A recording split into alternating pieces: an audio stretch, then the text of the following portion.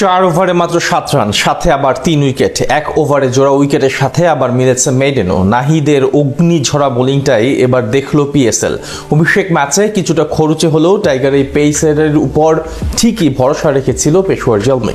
নাহিদ যেন সুদে আসলে পুষিয়ে দিল সেটাই, গড়লেন অনন্য এক ইতিহাস পিএসএল এর মঞ্চে, যা আগে করতে পারেনি অন্য পেসাররা।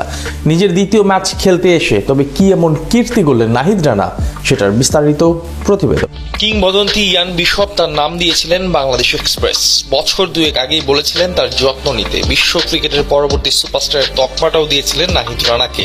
ইয়ান বিশপ যে সেদিন ভুল বলেননি সেটাই প্রতিনিয়ত প্রমাণ করে যাচ্ছেন বিশ্ব ক্রিকেটের নয়া এই সুপারস্টার। জাতীয় দলের গণ্ডি পেরিয়ে নাহিদ রানা এখন গতির ঝড় তুলছেন ফ্র্যাঞ্চাইজি ক্রিকেটেও। বল হাতে লিখছেন অনন্য সব কাব্যগাথা। পিএসএল এর 11 বছরের ইতিহাসে যে রেকর্ড স্পর্শ করতে পারেনি কেউ, সেটাই মাত্র দ্বিতীয় ম্যাচেই করে ফেললেন নাহিদ রানা, আমাদের বাংলাদেশ এক্সপ্রেস।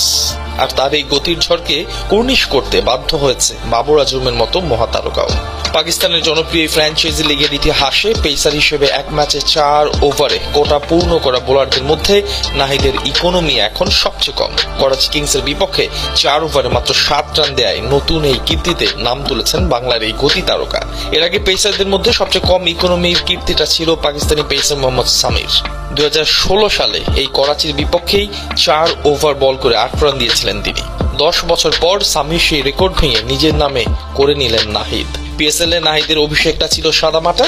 উইকেট না পাওয়ার দিনে বল হাতে কিছুটা খরচে ছিলেন এই পেসার, তবে তাতেও তার উপর আশাহত হয়নি পেশোয়ার। হীরের টুকরাকে ঠিকই চিনতে পেরেছিল, তাই তো আগের ম্যাচের পরিসংখ্যান নাহিদের পক্ষে না গেলেও এদিন ঠিকই তাকে একাদশে রেখেই মাঠে নামে বাবর আজমরা। নাহিদের উপর যে ভরসাটা তারা রেখেছিল, নাহিদ সেটার প্রতিদান দিয়েছে অক্ষরে অক্ষরে।